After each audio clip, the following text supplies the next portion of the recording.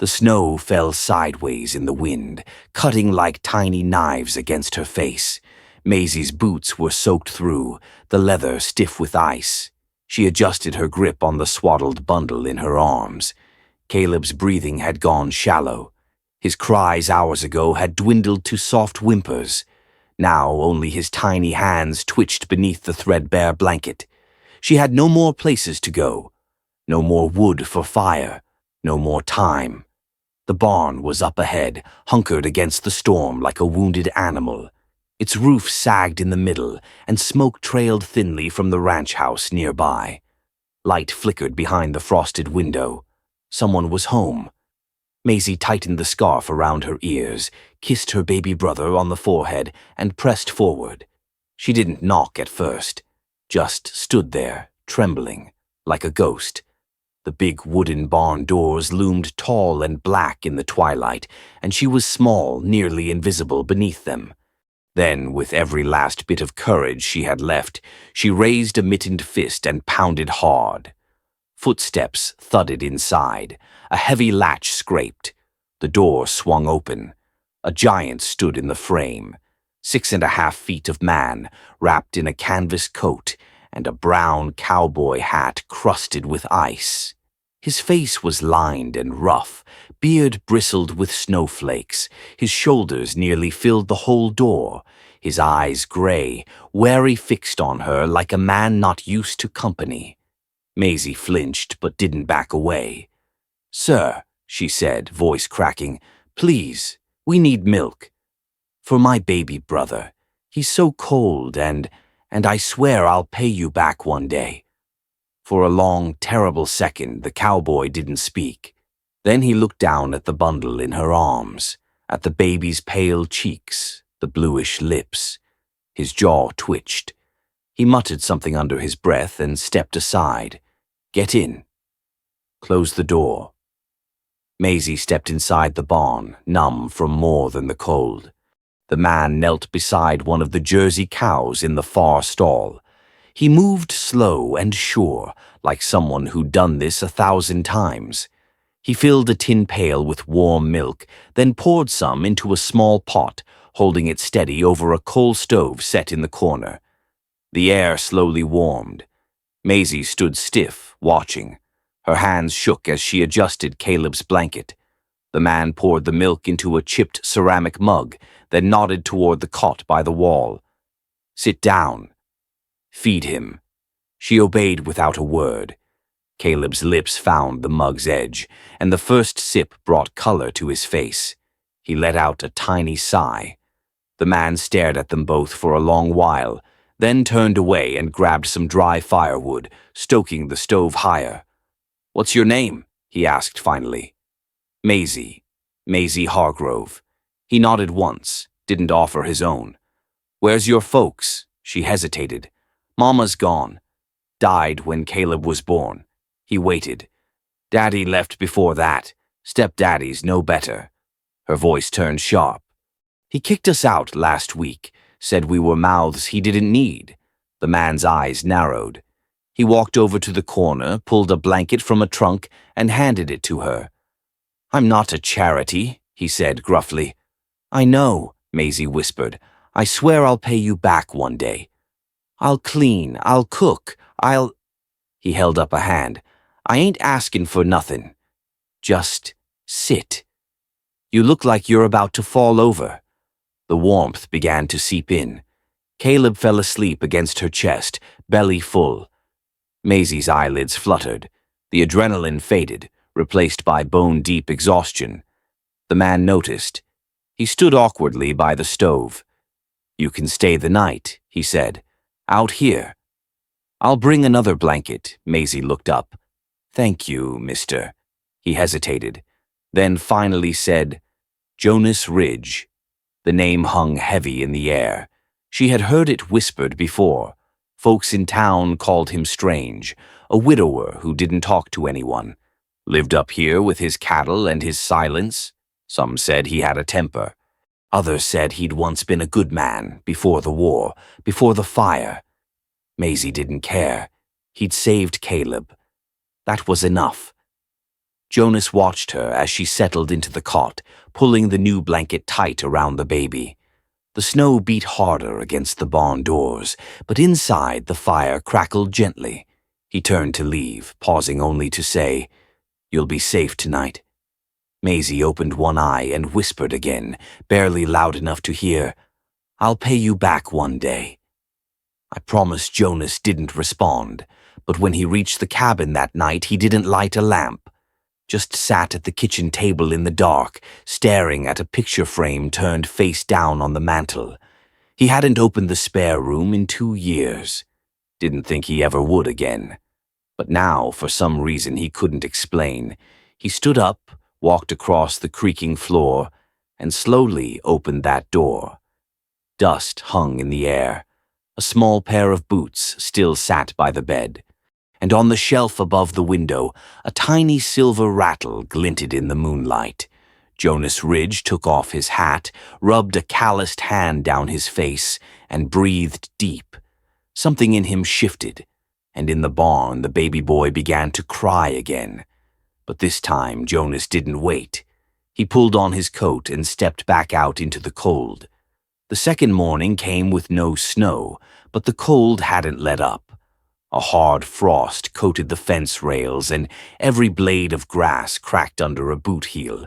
Jonas Ridge was already out in the pasture, hauling hay to the cattle, when he saw a flash of blue at the barn door. Maisie stood there with her brother in one arm and a broom in the other, determined. "I can help muck stalls," she said before he could speak. "I ain't afraid of mess." Jonas looked her up and down. She was 11, maybe 12, with a spine too stiff for a child that small. Her eyes were sunken from nights of worry. She had probably seen more hurt in the last year than most folks saw in a lifetime. He chewed the inside of his cheek, then nodded toward the pitchfork. "Keep your boots dry. And don't step near that mule in the third stall." "She kicks," Maisie gave a sharp nod like a soldier, handed Caleb off to a straw-filled crate lined with blankets she'd padded herself, and got to work. By noon, Jonas had watched her clean all the stalls, water the goats, and even help patch a hole in the chicken wire with an old nail and steady hands. He didn't say much, just passed her tools when she needed them, but something kept tugging at him every time he looked at the boy lying quiet in that crate. Caleb hadn't cried once. That wasn't right. When Maisie stepped away to carry the feed bucket, Jonas walked over to check on the baby. Caleb's tiny fists were balled tight, and his breathing was faint. His skin was pale, too pale. Jonas crouched beside him, rough hands hovering over the child's chest, afraid to touch. "You ain't right, are you, little fella?" he muttered, barely above a whisper. "You're fighting too hard for someone that small." Behind him, Maisie's voice cracked like dry wood. "He don't cry no more. Only wheezes. I try to keep him warm. I think he just gave up." Jonas turned slowly to see her standing in the doorway, her small frame silhouetted by the pale light. "I lost my mama this way," she said.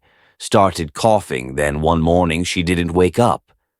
Jonas looked back at the boy, then did something that surprised even himself. He reached into the crate and picked up Caleb with both arms, gently, awkwardly, like someone carrying a glass of water through a stampede. Maisie gasped. "Careful."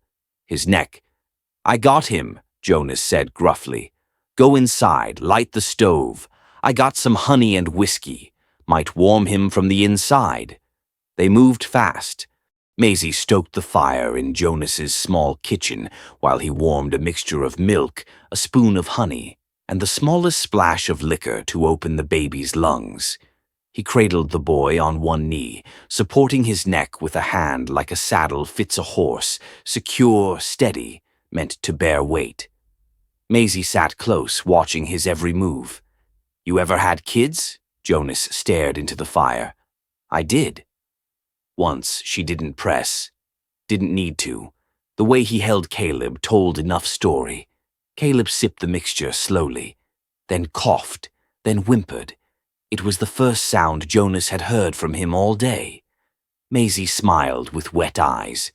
He ain't given up yet. Jonas didn't answer.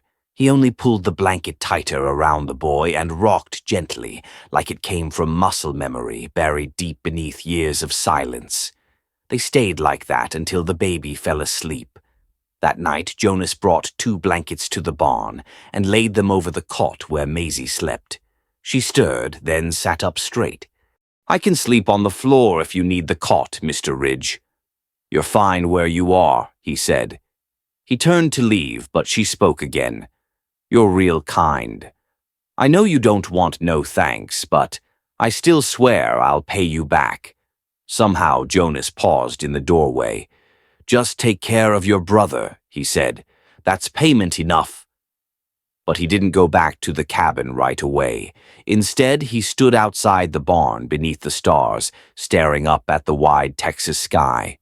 The wind had settled. The silence was thick. He hadn't felt this kind of stillness in years. After what felt like forever, he made his way back to the house, past the living room with the cold fireplace, past the kitchen where the coffee pot hadn't moved in days, and then to the door he never opened. It was a narrow wooden door, the only one with a faded blue ribbon tacked to the frame. Dust clung to the handle like moss on a gravestone. Jonas hesitated, his breath caught in his throat. Then he opened it. The room smelled faintly of cedar and dust. A child's quilt still lay folded at the foot of the bed. A toy horse carved from pine sat on the windowsill. The crib, empty but untouched, sat beneath the window. Jonas walked in and ran a hand over the frame. His fingers trembled as they touched the wood. He'd sealed this room the day after his boy passed. Fever had taken the child in less than a week, and when his wife, Sarah, followed soon after from the grief, Jonas had closed this door and told himself it would stay that way. But now, a baby with the same weak breath as his own boy lay just yards away, and a girl who'd lost everything had marched up to his barn and asked for milk with the voice of a general. Jonas sat on the edge of the bed, staring at the little pine horse. He remembered carving it, remembered the way his son had laughed. The memory hit him like a train, and it didn't let go. Downstairs, the wind picked up again. Maisie stirred in the barn. The fire crackled low. And in the darkness of the child's room, Jonas Ridge sat very still, his shoulders shaking from something he hadn't allowed himself to feel in years. Then he stood, and he began to dust, one object at a time, as if something deep inside him knew. That room wouldn't stay empty much longer. It was a morning shaped in gold. The sky was wide and blue, the kind of blue you could fall into if you weren't careful. After 2 weeks of storm and gray, the light finally poured across the Ridge Ranch like forgiveness. Maisie stood at the back of the house, sleeves rolled high, kneeling in the dirt. The old garden patch was nothing but weeds and dry bones, but she had found a rusted trowel and was determined to bring something back to life. She whispered to Caleb, who lay in a crate nearby, shaded by an old sheet nailed to a fence post. "Maybe tomatoes. Or sweet peas." "You'd like that, huh?" she said, brushing his tiny fingers. Behind her, the screen door creaked open. "You dig that much and you'll hit China," Jonas said, leaning against the frame with his arms crossed. Maisie looked up, dirt on her nose. "I figured it's good ground. Just tired." He nodded. "That patch used to grow the sweetest corn this side of the Brazos." Her eyes lit up. "Really? My wife planted it," he added softly. "Used to come out here every morning in her nightgown, talking to the rows like they were her church choir." Maisie sat back on her heels. "What was her name?" Jonas didn't answer right away. Then he stepped off the porch and walked to the shed. When he came back, he carried a folded quilt faded reds and dusty yellows, the stitching delicate but worn. He laid it gently on the ground. "Her name was Sarah." Maisie touched the fabric carefully. "Did she make this?" "Every square," Jonas said. Some were pieces of her childhood dresses. Others came from shirts I tore up too bad to keep. That blue there, that's from our son's first swaddle. Maisie's hand froze on the blue patch. You had a boy? Jonas nodded. Eli. Laughed like the world had no bad days, until one day he just didn't. She didn't push him further, but when she looked up, her eyes were shimmering. Caleb nearly didn't make it either, she whispered. Mama died having him. Her blood just kept coming and the midwife kept screaming. I held Caleb to my chest and prayed he'd cry. He did. But she never woke up again. Jonas sat beside her in the dirt, the morning sun painting his face in long strokes. You're not supposed to see things like that at your age, he said quietly. I didn't get a choice, Maisie replied. There was a long silence. Only the wind moved, carrying the scent of dry hay and distant wood smoke. Jonas cleared his throat. After Eli passed, I stopped touching anything that reminded me of him. Shut the room, packed the cradle, locked up the pocket watch. Maisie blinked. Pocket watch? He stood and went inside. When he returned, he was holding it silver, scratched, but still ticking. He placed it in her palm. Sarah gave it to me on the day Eli was born. Said time didn't belong to us no more. It belonged to him. Maisie traced the inscription on the back. To Jonas, love eternal. I think she was right, Maisie whispered. It still belongs to him. Later that day, she helped Jonas clean out the kitchen. The counters had been coated with dust and cobwebs, a few pans still crusted with rust. Jonas wiped them down like a man waking up after years of sleep. They worked in silence, but it wasn't uncomfortable anymore. Afterward, Jonas surprised her by offering 2 flower pots he'd found in the shed. You've earned them, he said. Maisie grinned and planted tiny marigold seeds she'd carried in her skirt pocket for months. Mama's favorite. By the 4th afternoon, Jonas fixed the leaky roof over the woodshed, and Maisie rearranged the dishes in the cupboards. They didn't talk about staying or going. They just moved like people with a rhythm. That night, as the sun dipped low behind the hills, Maisie set Caleb down in his crate and wandered into the porch where Jonas sat, polishing his old saddle. He looked up. You're not sleeping? She shook her head. Been thinking.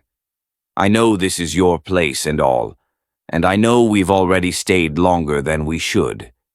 He didn't move, just watched her. But I was wondering if maybe we could stay a few more days. Just until I figure what to do, Jonas took a long breath. I thought you'd never ask, he said. But before she could smile, a loud knock rattled the front door. 3 sharp raps, then a voice, female, clipped, sharp as broken glass. Mr. Ridge, I know you're in there.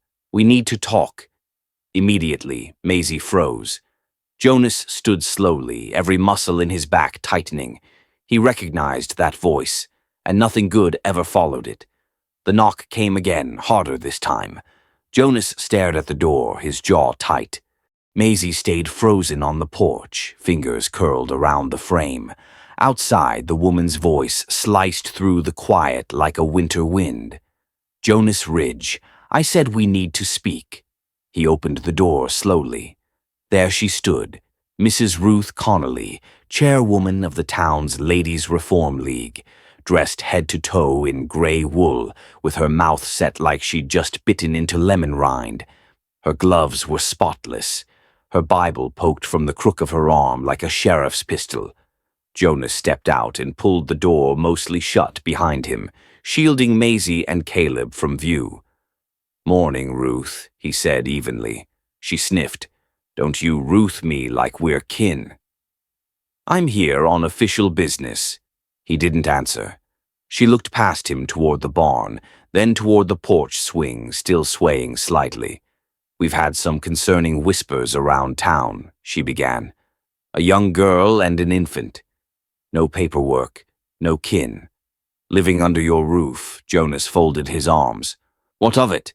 What of it? She gasped. A girl, barely old enough to wash dishes, and a bastard child living out here with a man like you?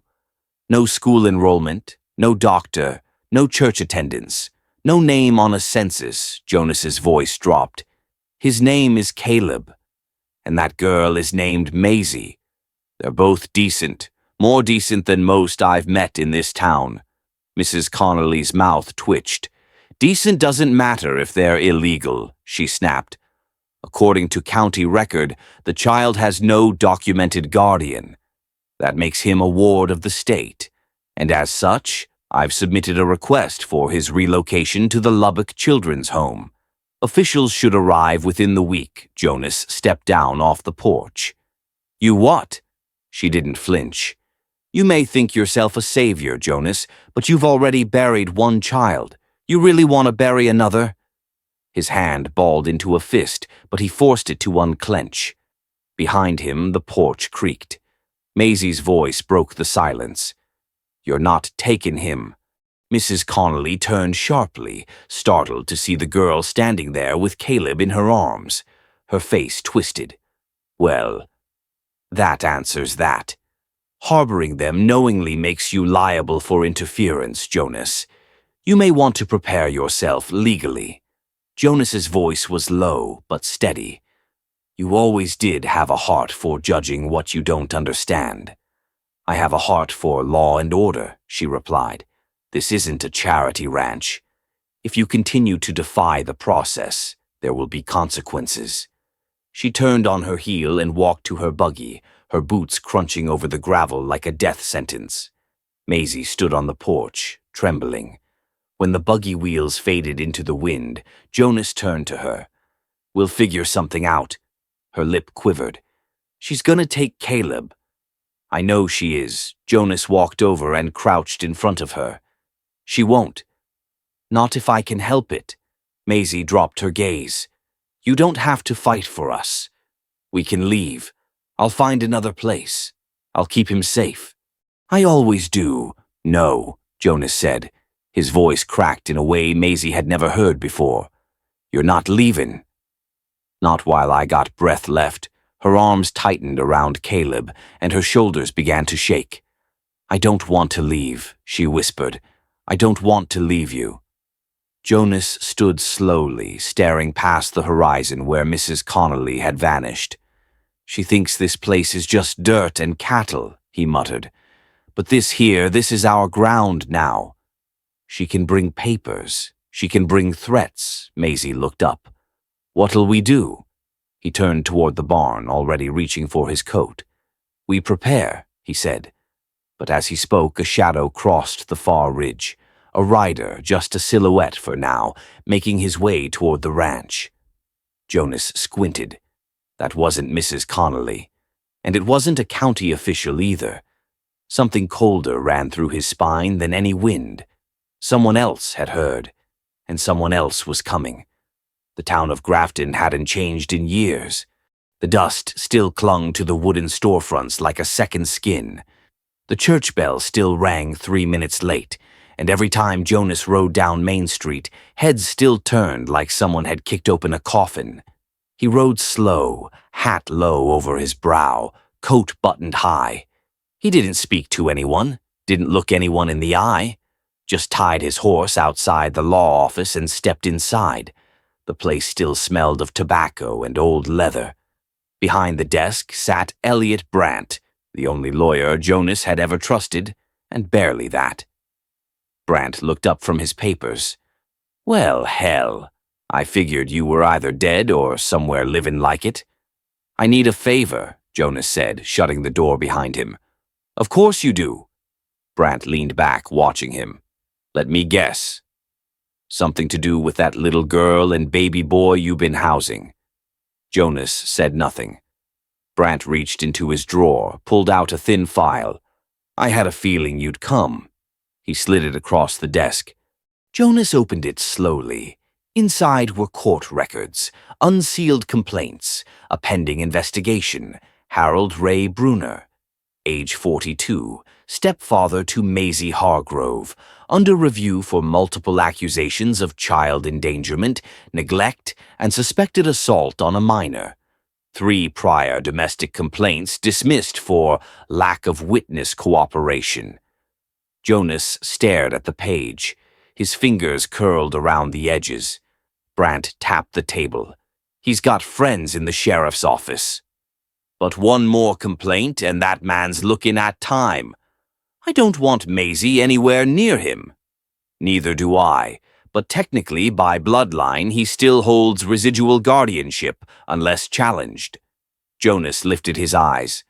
Then I'm challenging it. Brandt raised a brow. You're serious? I want to file for emergency guardianship. For both of them, Brandt sat forward, suddenly more serious. You know what this means, Jonas? Background checks, court hearings, maybe even home evaluations. You ready to have people poking through every drawer you've locked up for 10 years?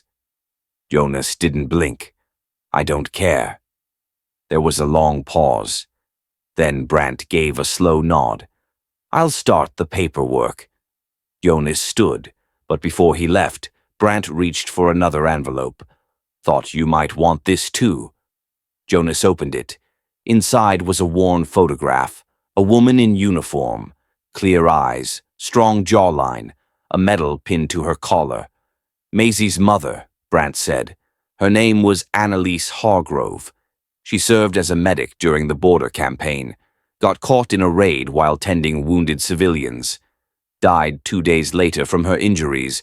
Jonas traced the edge of the photo. Maisie said she died giving birth. She did, but those wounds, she never healed from them. The doctor wrote it plain. Jonas stared at the image. Why haven't I heard any of this? Because no one wanted to listen. Not until now. Town council's preparing to award her a posthumous medal. But no one knew where her kids ended up. Jonas folded the photo and slid it into his coat. Now they do. Back at the ranch, the day stretched long and quiet. Maisie had finished planting in the small garden patch and was sweeping the porch when she saw Jonas ride in. She didn't say anything, just offered him a glass of water and a look that said, I know you were doing something for us. Jonas didn't speak of what he'd found.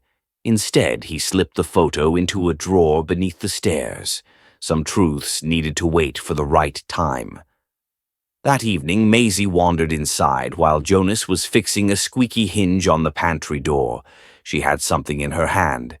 I found this in the chest up in the loft, she said. It was Sarah's pocket watch, the same one Jonas had shown her once, weeks ago. He looked up, startled. I didn't mean to go snooping, she said quickly. It fell when I was reaching for more blankets. Jonas took a slow breath. It's all right. That watch has seen more hands than mine. Maisie stepped closer. It's beautiful, but it's dull. I thought maybe if we polished it up, she wouldn't be so sad when we hold it. Jonas froze at that. The way she said she, like Sarah, still lingered in the ticking.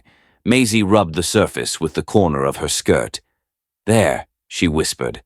Better. Jonas swallowed hard. Thank you. Maisie smiled, then her face turned thoughtful. She was brave, wasn't she? Your wife? He nodded. She was. She looked down. Mama was too. Jonas watched her for a long moment. I know she was. Maisie stood there, holding the watch between them like a fragile truth. And in that stillness, something shifted. But before the moment could settle, there came a distant sound. Hooves. Not one, not two, a whole set. Jonas stepped out onto the porch, squinting toward the trail. A black wagon. 2 riders flanking it. County seal painted on the side. They're early, he muttered. Maisie appeared behind him. Who is it? He took a slow breath. The state. The sky had turned mean by late afternoon. Wind howled low through the hills, carrying sharp snow that stung the skin. Trees bent like old men. Fence posts creaked under ice. The Ridge Ranch huddled in white silence, every window shuttered tight against what was coming. Inside the cabin, Maisie cradled Caleb beside the stove, rocking back and forth with her cheek pressed to his forehead. "He's hot," she whispered. "He's burning up, Jonas." Jonas stood by the kitchen shelf, rifling through an old tin box. His hands moved fast, but his face was calm. "No quinine, no tincture. I had some willow bark syrup, but it's dried out," he muttered. He moved to the back door, grabbed his coat, and began pulling on his gloves. Maisie stood up fast. "Where are you going?" "Town." "Now?" "You can't ride in that. The wind's tearing the sky apart. I've ridden worse." Maisie's voice broke. "But you'll freeze out there."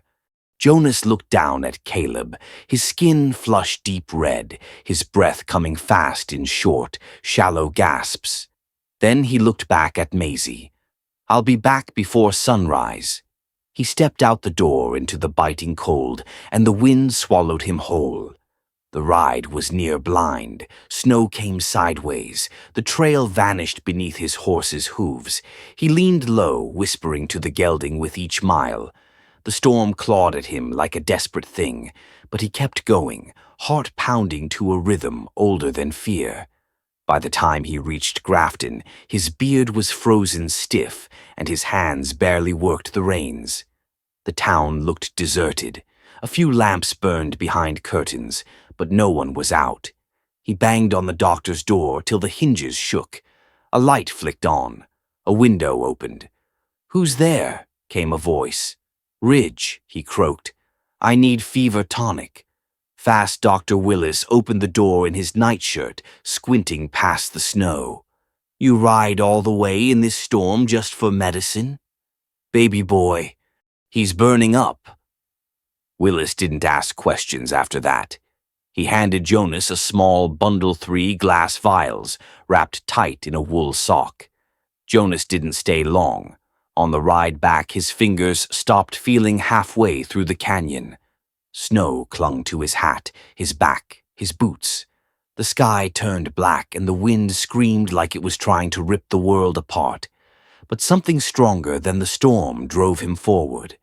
When the ranch came into view, he felt it first. Stillness. Too still. The snow was falling soft now, quieter, but the air felt wrong. The barn door was wide open. Jonas slid off the horse, boots hitting the ground with a thud. Inside the barn, the lamp was lit, and standing just past the stall where Caleb slept were 2 men in long coats and wide hats. Mrs. Connolly stood behind them, her mouth tight and eyes smug. Jonas stepped in, snow dripping from his coat. "You're trespassing," he said. Mrs. Connolly didn't blink. "We came under state order. The child is to be removed to Lubbock immediately." Maisie stood in the corner, arms spread over the crib like a shield. Her cheeks were streaked with tears. She was barefoot, shaking. Jonas's voice darkened. "She told you he was sick." "He's unfit to stay here," Connolly snapped. "You refused to comply." We had no choice. Jonas walked forward slowly, placing himself between them and the crib. The 2 deputies adjusted their stances. "I'm not moving," he said. "You don't want to make this worse," one of the men warned. Jonas dropped the bundle of medicine to Maisie without looking. "Give him this." "Now, Jonas," Connolly said, her tone clipped. "You're obstructing a lawful removal." His hands were trembling from cold, but his voice didn't shake. "You want that boy, you'll have to go through me." The taller deputy stepped forward. Maisie screamed, "No!" And then the baby started to cry. It wasn't loud, just a raspy, broken sound. But in that moment it was enough. Jonas stood taller. "He's fighting." "I'm not letting you take him in the middle of the night, in a blizzard, while he's barely hanging on." The deputy hesitated, looked at the baby, then back at Jonas. Mrs. Connolly's lips pressed tight. "Fine. You've made your point. But this isn't over. You've just bought time, nothing more." She turned on her heel and stormed out, her coat snapping behind her like a flag of retreat. The men followed, slower. Jonas stayed where he was, hand on the crib, until their horses faded into the wind. Then he dropped to his knees, every muscle screaming from cold and effort. Maisie knelt beside him, holding the vial tight. "He's drinking it," she whispered. "He's still warm, but he's drinking." Jonas let out a long breath, and outside the storm raged on. But in that barn, lit by one stubborn flame, something stronger than weather had taken root, something that wouldn't be blown over so easy. Not now. Not anymore. And in the dark corners of the hayloft, someone else was watching. He hadn't knocked, he hadn't spoken, but he'd seen enough. And by morning, the secret he carried would change everything. The courthouse in Grafton had never seen so many eyes in one room. The benches were full ladies in feathered hats, ranchers in dusty boots, a few boys who should have been in school but weren't. Everyone smelled a story coming, and nobody wanted to miss the ending. Jonas stood tall in the center of it all, his coat brushed clean, his hat resting on the bench beside him. His hands were folded, calm on the outside. But Maisie, sitting 2 steps behind him with Caleb on her lap, could see the way his jaw flexed, the way his boot tapped the floor just once before he stopped it. Judge Emery Talcott adjusted his glasses and looked over the papers on his desk. He was old, with a beard like snowdrift and a voice that cut through pretense. "Mr. Ridge," he said, "you've petitioned for emergency guardianship of 2 minors, Maisie and Caleb Hargrove. Is that correct?" "Yes, sir." "And are you aware of the obligations and potential liabilities of such a guardianship?" "I am." "Do you have legal standing?" Jonas turned to his lawyer, Elliot Brandt, who stepped forward. "Your Honor, we've submitted documentation proving neglect by the children's stepfather, Harold Brunner. We've included statements from local midwives, neighbors, and 3 prior complaints, along with a sealed affidavit confirming the children were abandoned during winter conditions.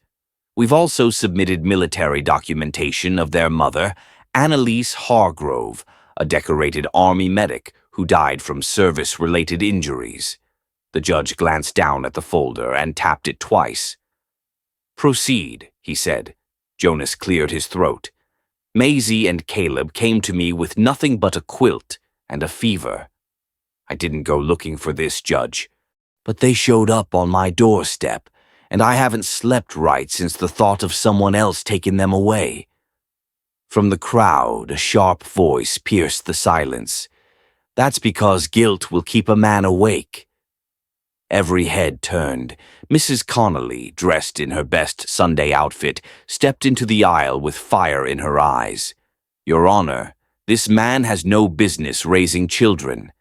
Ask anyone in town. He couldn't even keep his own child alive. Buried that boy out back and shut himself off for 3 years.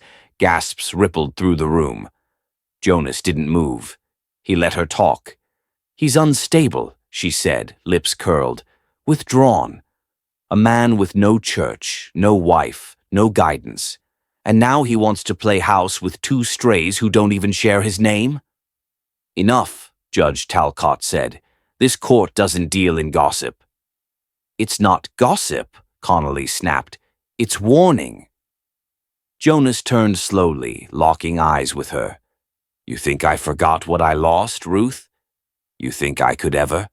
I buried a son, and I let that pain make me small. But these children, Maisie and Caleb, they're the first thing that's made me want to step back into the light." Before Connolly could reply, a soft voice spoke up from the back of the room. "Your Honor, if I may speak?" Heads turned. An older woman stepped forward, stooped, dressed in faded blue with silver pins on her collar. "I'm Martha Leeds. I served with Annalise Hargrove during the border campaign." The judge raised his eyebrows. "Go ahead, ma'am." "She saved my life. Twice. When I broke my hip in El Paso, she carried me half a mile under fire. We were stationed together 2 years. I knew she had children. She never stopped talking about 'em. Martha's voice cracked, but she kept going. When Annalise died, she asked me to find her babies if anything ever happened. I didn't know where they'd gone till I read the town notice last week, and when I saw the name Jonas Ridge, I came straight here. Maisie gasped behind her hands. Jonas turned to look at the woman fully. I knew your wife, too, Martha said gently. Sarah Ridge. She was kind, and your son Eli was a light. Tears stung Jonas's eyes, but he didn't let them fall. Annalise would want these children with someone like you, someone who knows grief, and still chooses to love. The courtroom was silent. Even Mrs. Connolly had no breath left. Judge Talcott exhaled and picked up his pen. This court finds sufficient cause to grant emergency guardianship to Mr. Jonas Ridge. Permanent guardianship to be reviewed in 6 months. He banged the gavel once. Jonas closed his eyes for half a second. Maisie stood slowly, cradling Caleb against her chest. Does this mean we get to stay? Jonas turned to her. It means you're home. She burst into tears and hugged him so tight his breath caught. And for the first time in years, Jonas Ridge let himself hold something that fragile and not feel afraid it might break. But as they walked down the courthouse steps, hand in hand, a tall man in a sheriff's coat stood across the street, arms folded, eyes locked on Jonas. A new problem had just ridden into town, and it wasn't wearing a gray wool dress. Spring came slow to Grafton. The ground still held the memory of frost, and the trees creaked with stubbornness before budding green again. But on Jonas Ridge's ranch, something warmer had already taken root. The cabin smelled of biscuits and wood polish. Sunlight spilled through the windows like honey, catching on the quilt Maisie had finally moved from the barn to the rocking chair. Caleb had grown stronger, his eyes now curious, his hands gripping fingers like he meant to hold on forever. And Jonas had begun to move like a man, not just surviving anymore. That morning, Maisie stood barefoot on the porch, brushing out her long hair with careful strokes. She glanced toward Jonas, who was patching the fence rail by the pasture, then looked down at Caleb crawling on a blanket beneath her feet. She cleared her throat. Jonas? He looked up from his work. She hesitated, her voice barely above a whisper. Are we your kids now? He stood slowly, wiped his hands on his pants. You're something more than that, Maisie. She squinted. More? He nodded. You're mine. The wind picked up, rustling the cottonwood trees. Maisie bit her lip. Even if folks keep whispering, saying I don't look like you. Jonas smiled, quiet, tired, but honest. Blood don't make a person kin. Showing up when it matters does. That afternoon, a visitor came walking up the dusty trail to the ranch. She wore a yellow bonnet, a basket on her arm full of peonies and cut daffodils. Hattie LeClaire, the flower woman from town. She was old, sharp-tongued when she wanted to be, but today her face was soft. I heard you took guardianship, she said as she stepped onto the porch. Jonas nodded. Well, she continued, pulling something from her pocket, my husband died 7 years back, and I've had this sitting in a drawer gathering dust. Seems to me it's time it saw the light again. She held out a ring. Simple gold, a little tarnished, beautiful in its wornness. Jonas didn't speak, just took it slowly, then looked her in the eye. Thank you. She nodded once. No child should grow up without a name to hold on to. As she walked away, Maisie stood at the doorway, watching the whole exchange. She twisted her fingers together. Jonas, he turned, if you don't think it's silly or nothing, maybe we could have a kind of wedding. Not a real one, just a pretend one. So the quilt and the cabin and the watch and us all belong together. He swallowed. You sure? She nodded. I know Mama's gone. But maybe she'd want this. Later that week, under the big oak tree behind the barn, a simple table was set with cornbread, a jug of cider, and 2 mason jars full of wildflowers.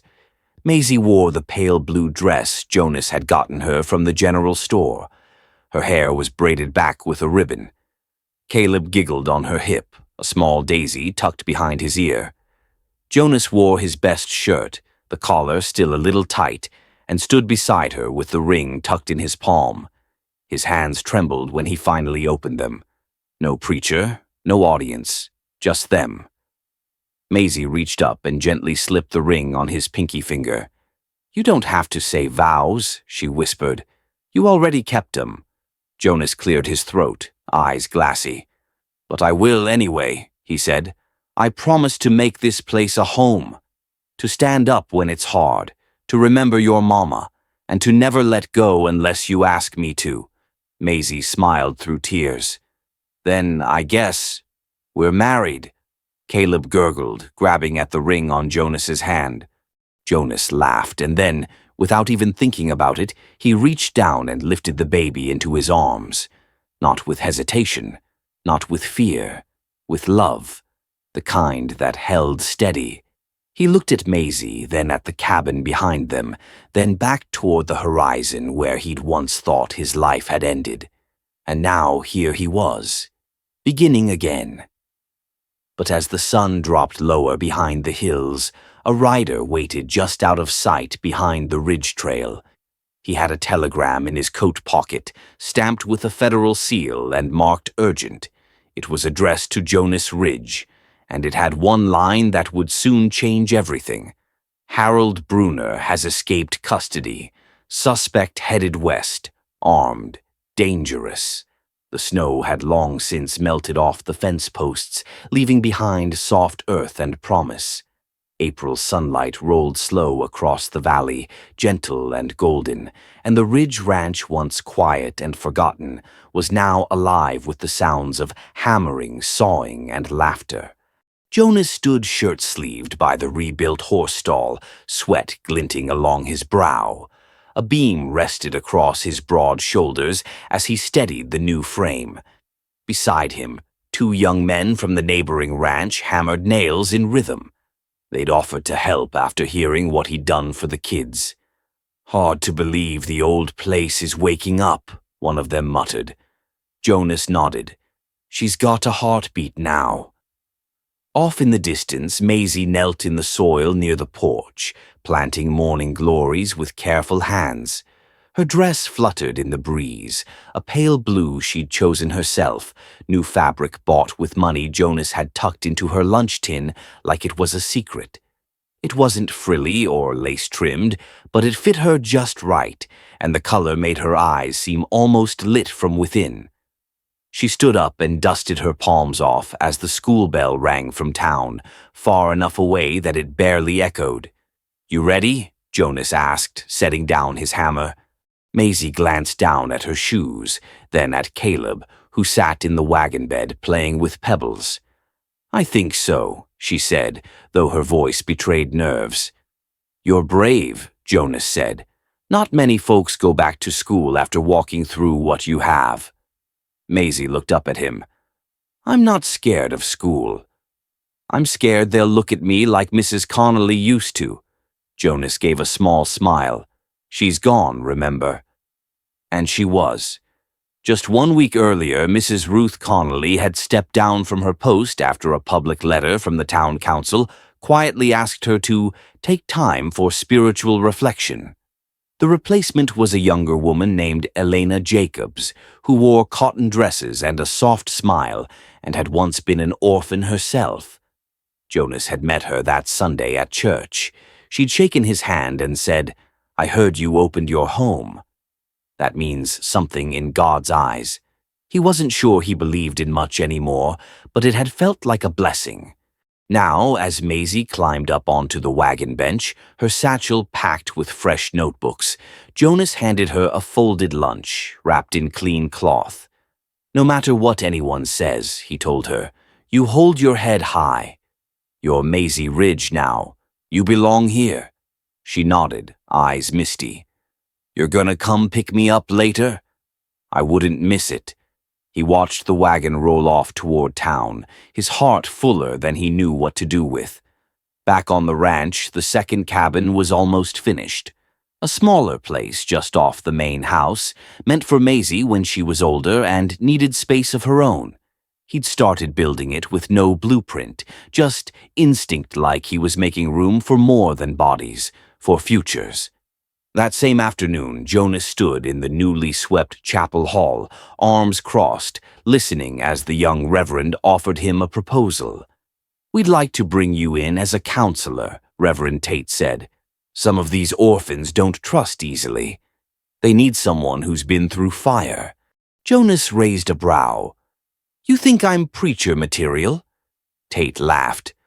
"No, I think you're real. That's harder to come by," Jonas agreed reluctantly. But inside it felt right. Later that evening, back at the ranch, Maisie returned from school with a crooked drawing and a paper pinned with a star. "I read out loud in class," she said proudly, "and I didn't stutter once." Jonas pinned the paper on the inside of the cupboard door. But the moment that froze time came just before supper. Caleb, now sturdier on his legs, toddled across the wooden floor, one hand reaching for Jonas's pant leg. He stopped, wobbled, then steadied, and from his mouth came one single word: "Paw." The spoon clattered from Maisie's hand. She gasped. Jonas bent slowly, stunned, lifting the boy into his arms. "Say it again, son."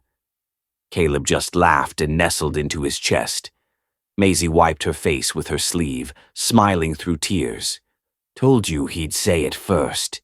Jonas held him close, voice hoarse. "I wasn't ready." "None of us were," she said, "but we're here." They ate dinner together under the glow of a new oil lamp, the one Jonas had finally replaced in the kitchen. Maisie told stories from school, Caleb babbled in between mouthfuls of mashed beans, and Jonas just listened, every so often catching himself smiling at nothing. And out past the window, the first stars blinked awake. But somewhere beyond the hills, a shadow moved along the canyon pass. A man with a torn coat, a scar on his cheek, and a grudge burning hot enough to melt the snow. He wasn't done with Jonas Ridge. Not yet. The morning came dressed in spring light, soft and golden, the kind that made the dust look like diamonds and even the old fence posts seem new. Jonas Ridge stepped out onto the porch with his coffee, the mug warm between his hands. Behind him, the house breathed with quiet life, Caleb playing with wooden blocks on the floor, Maisie humming off tune as she folded laundry by the stove. He took it all in, the fresh coat of paint on the porch rails, the new roofline of the second cabin, the garden Maisie had coaxed back from weeds. The place wasn't fancy, but it was alive, and it was theirs. A wagon rattled down the road, stopping at the gate. A man in a bowler hat stepped off with a camera slung around his neck and a polished wooden case in hand. "Jonas Ridge?" the man called, tipping his hat. "Who's askin'?" Jonas said, setting down his cup. "Name's Duncan. I'm passing through, taking portraits of families, homes, anything folks want remembered." "Word is you rebuilt this place from the ground up." Jonas gave a small shrug. "Guess that depends who's tellin' the story." "Well," Duncan said, looking around with a smile, "it sure looks like one worth telling." Jonas hesitated, then nodded toward the house. "Maisie," he called, "grab your dress." An hour later, they stood in front of the cabin, Jonas in his Sunday shirt, Maisie in her pale blue dress with a white sash she'd sewn on herself, and Caleb perched on Jonas's hip, chewing on a button and smiling like he knew the world belonged to him. Behind them, a freshly laundered quilt hung over the porch rail, catching the breeze like a flag of resilience. And tucked into Jonas's vest pocket was the silver watch, polished until it caught the light just so. Duncan adjusted the lens, set the timer, and stepped back. 3, 2, click. The shutter snapped, capturing more than just a moment. It caught a man who thought he'd lost everything, a girl who never gave up, and a baby boy who lived. As Duncan packed up, Maisie leaned against Jonas's side. "Do you think we'll look the same in the picture as we feel right now?" she asked. Jonas looked out across the land, the hills stretching wide and open behind them. "Not exactly," he said, "but maybe the picture will remember better than we ever could." She nodded, resting her head against his arm. A breeze swept through the yard, brushing the wild flowers that had started to bloom again near the garden fence. Caleb squirmed in Jonas's arms, looked up at him, and reached for the watch chain. Jonas chuckled and pulled the watch loose, letting the boy tug on it gently. "I swear I'll pay you back one day," he murmured, almost to himself. Maisie looked up. "Who are you talking to?" He smiled, eyes on the horizon. "Life," he said. "I think I owe it something now." That evening, as the sun sank low, they sat on the front porch.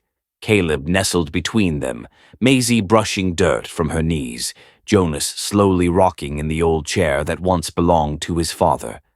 The light turned golden, wrapping the ranch in a soft halo. The air smelled of wood smoke and wild sage. No more fear, no more running, only quiet, only home. And somewhere in the hills behind them, a shadow on horseback lingered for one last look before turning away. The man's face was hidden, but the scar on his cheek told a story not yet finished. He wouldn't come today, but soon, and when he did, Jonas Ridge would be ready. Because this wasn't just a ranch anymore, it was a family, it was a stand, and it was only the beginning. If this story moved you, don't forget to subscribe to Western Legacy for more powerful tales of redemption, courage, and the unexpected bonds that change everything.